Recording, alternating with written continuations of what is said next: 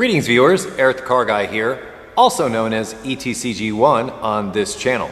Hey, on this channel we don't do repair videos. We just talk about stuff. So if that bores you, offends you in some way, I suggest you head over to Eric the Car Guy and watch yourself some repair videos. Link in the description of that channel, go check them out, enjoy yourself, knock yourself out. But if you want to stick around for the conversation, welcome.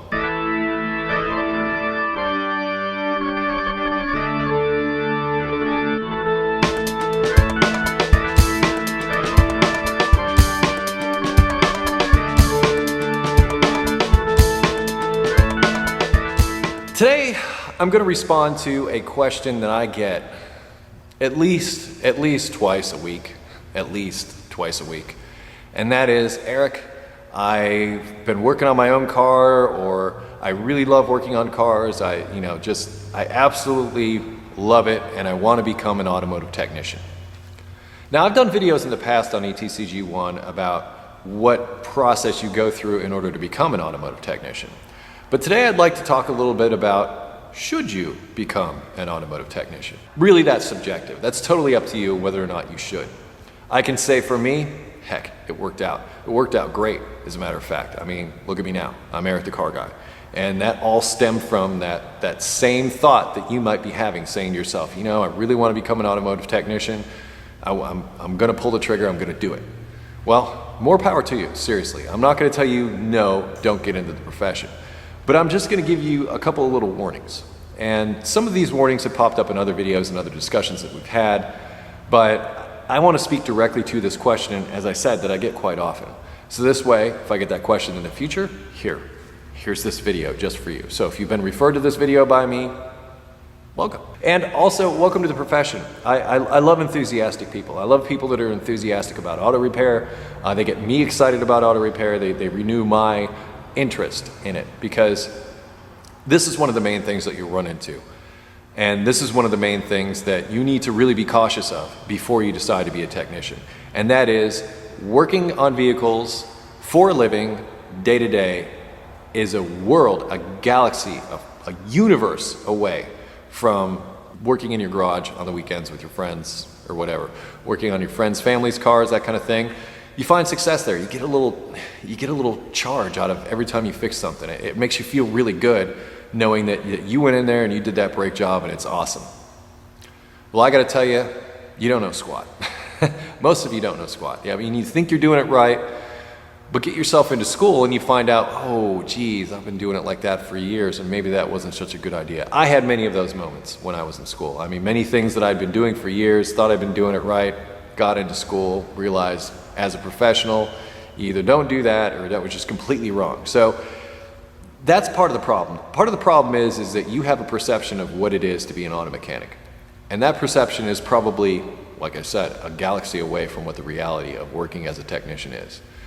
It's a lot of fun. It's really cool to be able to do this kind of thing. To be able to take something that's broken and fix it and send it down the road and collect a paycheck for it. It's almost like stealing money, because you're doing something that you love so much and they're paying you for it. I mean, when I first started out, that's exactly how I felt. I was like, I cannot believe they're paying me to do this. I don't get it, because I absolutely loved it. I'm somewhat, masochistic in a way because I like the abuse, but I grew to love that abuse. And not everybody will grow to love the abuse. In fact, some of you may get into the profession and begin to resent it. And then you say to yourself, after you get done working a long day in a shop where it's hot and you're sweating all day, and you go home and you had the intention of working on that project that you've had sitting around, now that you have the knowledge, now that you have the tools, and you look at it and you're like, I'm leaving it. I don't want to see another car today. It's been a long day. Last thing I want to do is mess with that. I had one of those projects. It was my Ford. It's been featured in other videos. Initially, way excited about it. Had a nice big engine, put some little performance modifications to it, knew what I was doing, so I was successful in what I was doing, which is great, because a lot of times when you're a DIY and you're doing this stuff, it's not always successful. It's a lot of trial and error. But when you become a professional, you know what you're doing, and at least I hope you know what you're doing. And it's a very different feeling when you get in there. But once again, end of a long day, you've been working on cars all day, last thing you want to do is go focus on that project. Some of you. I'm saying your motivation will dwindle. Another thing, it's really expensive to become a technician. And it's not so much the school. Some of you tell me about some of the student loans that you've accrued as a result of your schooling to become a technician. That's a lot in and of itself. To some of these schools that you're going to, that's a lot of money. And then you've got to pay that back. Eesh. In addition to paying that back, you've also got tools to buy, and tools to buy, and tools to buy, and tools to buy. You're never, ever going to be done buying tools, ever. Just resign yourself to that now and say to yourself, okay, I'm going to continue buying tools forever and ever. Don't make the mistake as a new technician, though, that you go onto that tool truck and it's like being in a candy store. And it's like, oh, wow, look at all this great stuff. I want this, I want this, I want this. Tool guy says, fine, walk off the truck with it. Try it out. You know you're going to love it. Just keep it. Pay me so much a week. And then so much a week. And then so much a week. And then, you know, he's your dealer. You're the junkie. You're buying tools. And when you buy professional tools, and a lot of you come out and you say, you know, Craftsman tools are good enough and blah, blah, blah, or, you know, Harbor Freight tools are fine, you know, and they're great for the DIY. But I got to tell you, when you're working on stuff for a living and you're working professionally, there's no comparison between the professional grade tools and the DIY tools. So I'm not knocking Craftsman at all. I've got a ton of Craftsman stuff. If you watch my home toolbox video, you see this filled with Craftsman stuff in a Craftsman toolbox, okay? And that's what I started out with.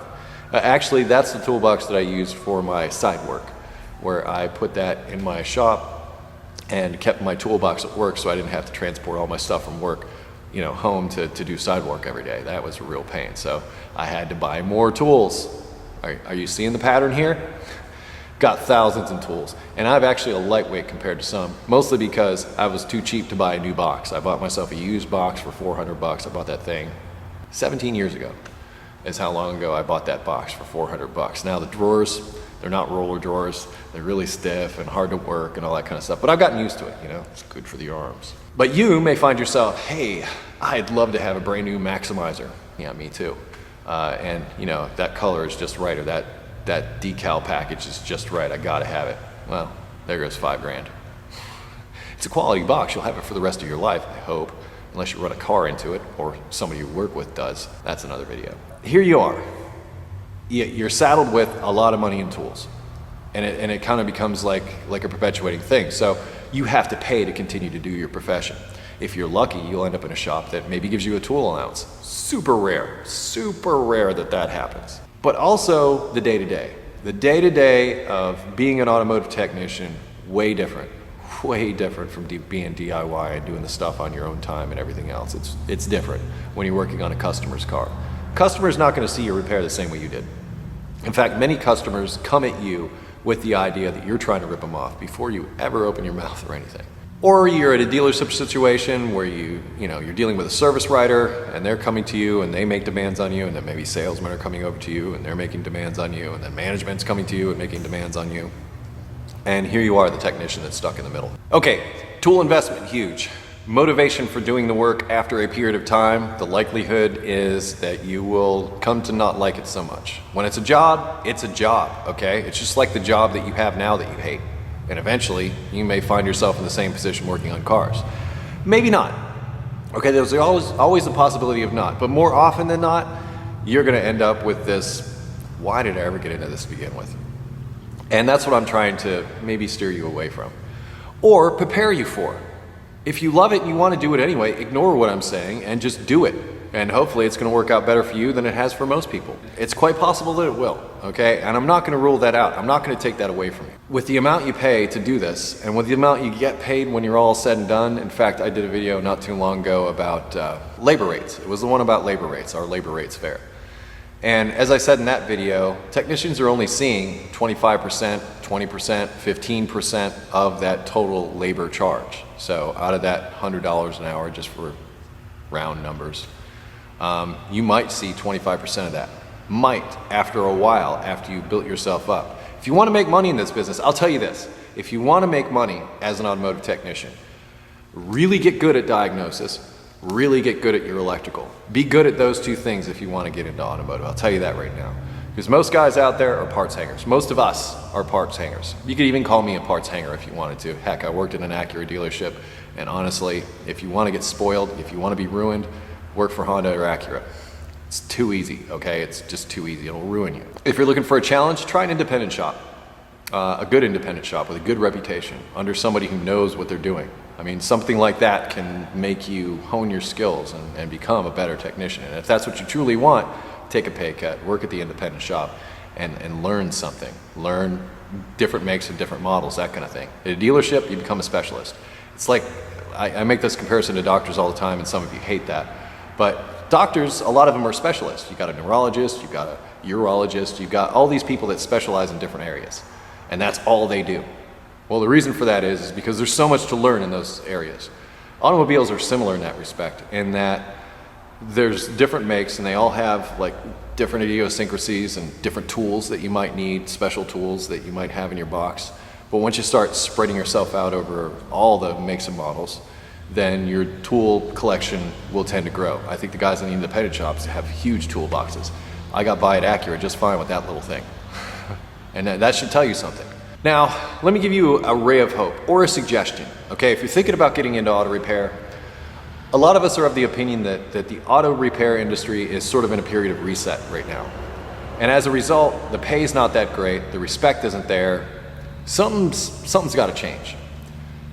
So rather than forcing yourself into that, I want you to make a consideration. And I say this a lot, make this consideration. Consider diesel. And the reason why I say that is because diesel right now is kicking butt. And if you want to do diesel right, see what you can do to get yourself into a fleet shop. That is where it's at. I hear it over and over again. The guys that are doing that kind of stuff, they're making good money. They got good benefits and they got good work. It's different work than working on automobiles. So that may not take away from your desire to work on whatever car that you're building or motorcycle or whatever it is that you're building in your garage at home. That might not take away the motivation because it's not the same thing. It's something different. And fleet, diesel, everything just around the world, not just in the US, just around the world. Everything that is in your life was on the back of a truck at one point in time. Think about that. That being said, those trucks and keeping them maintained and keeping them in service is extremely important to the people that own those companies. So they spend a lot of money on maintenance and upkeep and repairs of their vehicles. So it's not like you call the customer up and say, I gotta charge you $2,000 to replace this part on your car or else you're not gonna have your car or not gonna have your air conditioning or whatever it is. And they just lose it because they don't have the money. Fleet service, different story. That truck is making them money. Every minute that it's down, it is costing them money. So they want it back, they want it done, they want it done right, and they want it done now. It's a very different mentality going from the fleet work to automotive work. So if you're gonna spend that much money, another thing about fleet shops, I talked about tools. I've had a couple of guys come to me and tell me that some of the fleet shops they work in provide them with tools. Yes, I did say that. They provided them with a toolbox with tools in it to work on their stuff. Flip side to this, a lot of these places are pretty darn strict. And if you're one of those kind of people that likes to cut up, likes to party, let loose, that kind of thing, beware. You gotta be on the straight and narrow in these places because there's a lot at stake. I mean, you're talking about millions of dollars that are going through these fleet shops. They don't mess around. They can't afford to mess around. It's fixed right, and that's that. You become one of those people, you're an asset. You become a cut up, you become somebody who's not valuable, guess what? Bye-bye. And heck, I'd fire you too if that's what was on the line. I wouldn't mess around with you, I'd just cut you loose. Automotive shops, dealerships, maybe somewhere in the back of their minds, they know that they're screwing technicians over. So it seems to me that they seem a bit more lax in some dealerships, not all dealerships. It really depends on the service manager running the place. I'll give you one last piece of advice before I make this video too dang long. And that is, when you're in that interview for that shop that you're looking to get into, I want you to interview your employer. Don't just let it be them asking all the questions and asking you. I want you to put them on the spot, because this is your future, okay? You've spent a lot of time in education. You know you're about to face a lot of tools that you're gonna have to buy that kind of thing, and you're gonna have to build up your experience based on whatever shop that is. With all that in mind, go into that interview with that mindset, that this is gonna be where you are going to put down your roots. It may or may not happen, but I want you to go in with that mentality, and I want you to look out for yourself and say, you know, take a look at the guys in the shop. If you can, after you're done with any interview, try to go out in the shop, try to talk to some of the guys out there off the record, on the sly, something like that. See how they feel about working there. Some of them might be jealous of you coming in. Some of them might see you as a pay cut walking in the door. Maybe you're replacing somebody who is a problem. Try not to be a problem yourself. Try to grow into the group. Interview your employer in the same way they're interviewing you. They're looking at you, they're evaluating your body language, they're evaluating your resume, they're evaluating just basically you. I want you to do the same thing to them. I want you to look at them like, okay, are you gonna be good enough for me? Not just, am I gonna be good enough for you? Because there's gonna be no question about that, because, right, you love what you do, you worked really hard in school, you graduated, you got out, and that's the other thing. Those of you out there that are saying, I'm just gonna open up my own shop as soon as I got out of school, or I'm, you know, no, that's not likely to happen. Because if you don't understand the industry and you just dive into opening up your own shop, you're really gonna handicap yourself, because first of all, you don't have the experience necessary to know what it takes to do this kind of thing, not to mention the connections that you need in order to make it profitable. But you're gonna add a business on top of that. You need to manage the business as well as learning how to repair vehicles. Don't do that. Work in the industry for a while before you open up your own place. So don't make assumptions, all right? And really think about it. Really think about it. And consider fleet. Consider fleet. Consider diesel. That may be a better option if you're looking to make a decent living. If you're looking to be an auto mechanic, you may be struggling for a while. You may be struggling for a while. And it may seem like you wasted your time in school and money in order to do this. I've heard it. I've heard you come to me. This is you coming to me. This is not just me saying this. I'm taking the information that you've given me and I'm putting it back out there for those of you asking. And that's what I hear. So look at the comments below. Also, in addition to those, there will be a link in the description to a discussion about this video over at my forum at ericthecarguy.com, where if you have automotive questions, I would ask that you type in a couple of keywords to the search function at the top of the page. Hopefully you'll get an answer. If that's not the case, sign up for our forum. It's absolutely free. All you need is an email address. Just be sure to respond to the confirmation email that should end up in your inbox. If not, check your spam folder, bulk folder, any other place. You're going to need to click that confirmation link in order to complete your registration. If you wish to connect with me socially, I can be found at Google+, Facebook, and Twitter. And I close with, be safe, have fun, and stay dirty. And watch out for yourself. It's your career. It's your life, okay? Take care of it. Think about it like that. Make it that mindset. You'll be okay. Eric the Car Guy believes in you, even if nobody else does. I'm serious about that.